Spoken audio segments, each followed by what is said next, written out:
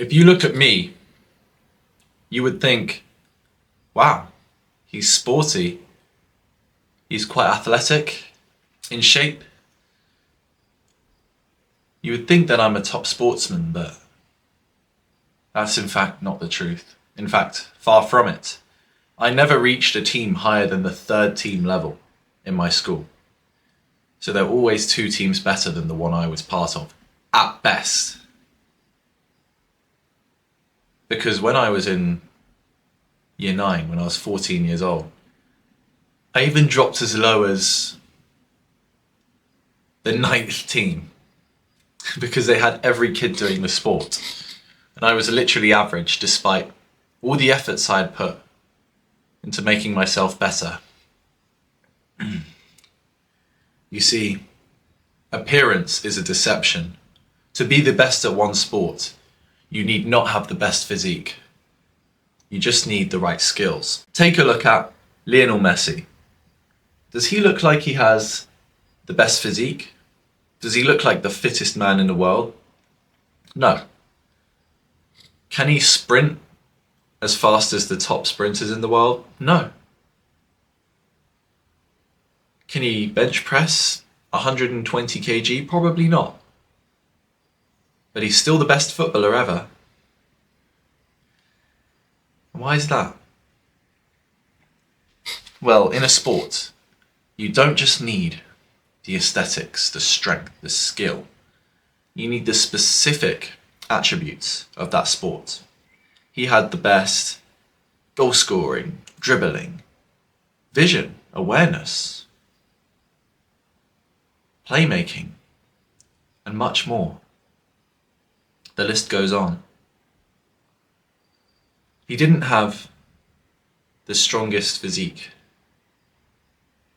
the most aesthetic looks, but he didn't need them because that's not necessary for the medium in which he thrives. That's not what you need to win a World Cup, multiple Champions Leagues. No. I remember when I was in year 12, I was 17, and we were playing a charity five-a-side game. And my friend, he noticed one of the best footballers there. He danced around everyone. He was super good at dribbling. Probably the best dribbler in the whole year of 250 boys. And he said, but how is he so good at dribbling? He's really skinny. And instantly, I turned to another friend who was hearing that. We looked at each other like, what did he just say? Because we know, as people who hit the gym and spend a lot of time doing athletic activities, that you do not need the strongest body in order to be the best at football. No, it's obvious, isn't it? All that your aesthetics give is an impression. It shows other people at face value, as a first impression, what you've been doing with your time in terms of the gym, in terms of sport activity. But all they are basic visual indicators of your habits, of what you like spending your time doing. Most sportsmen,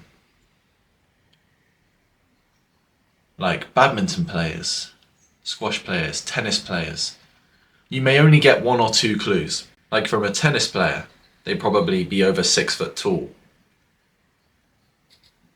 From a badminton player, they might be light and agile. From a Muay Thai kickboxer, they might just be pretty ripped, but not necessarily heavy or imposing. But beyond that, you don't know what they've been doing in their time. You don't know how many hours of shin conditioning a Muay Thai fighter has put in, how hard as iron his legs are. You don't know how many hours a footballer has spent dribbling by just looking at them.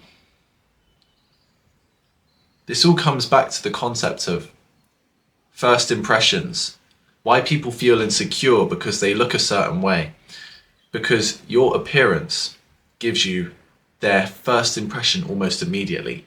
And due to human nature, It's very hard to change someone's first impression of you. And what can you do about that?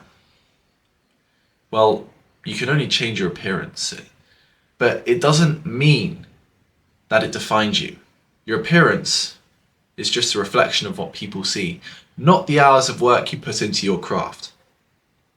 Just like I said with Lionel Messi. If he wasn't globally recognised, by looking at his body, you wouldn't think that it's the most athletic, would you? No. He's just the best at what he does via 10 or 20 different metrics, which you cannot tell by just looking at him. The same goes for me. I recently saw a poll where people voted whether they would have a really good looking physique, but they're very unathletic and not very strong. Or they could have a skinny, average looking physique, but be really strong inside. So you could surprise people, you could have that sleeper build, you could challenge them to an arm wrestling match and beat them even though they weigh 5 to 10 kilograms less than you. That's so cool, isn't it? The question is which you would rather have. And I actually don't blame you if you want to have the imposing looking physique while lacking the strength. In fact, I actually chose that because it would make people think of you more positively. Like, I have autism, so it's easy for people to judge me based off first impressions. And in early life, there are a lot of visual cues that people can pick up on to tell that you're autistic and therefore treat you differently. And one of the worst human experiences is being treated differently. Deep down, no matter how introverted or autistic you are, we are all social creatures. We depend on one another's attention. We need it to keep our life energy going.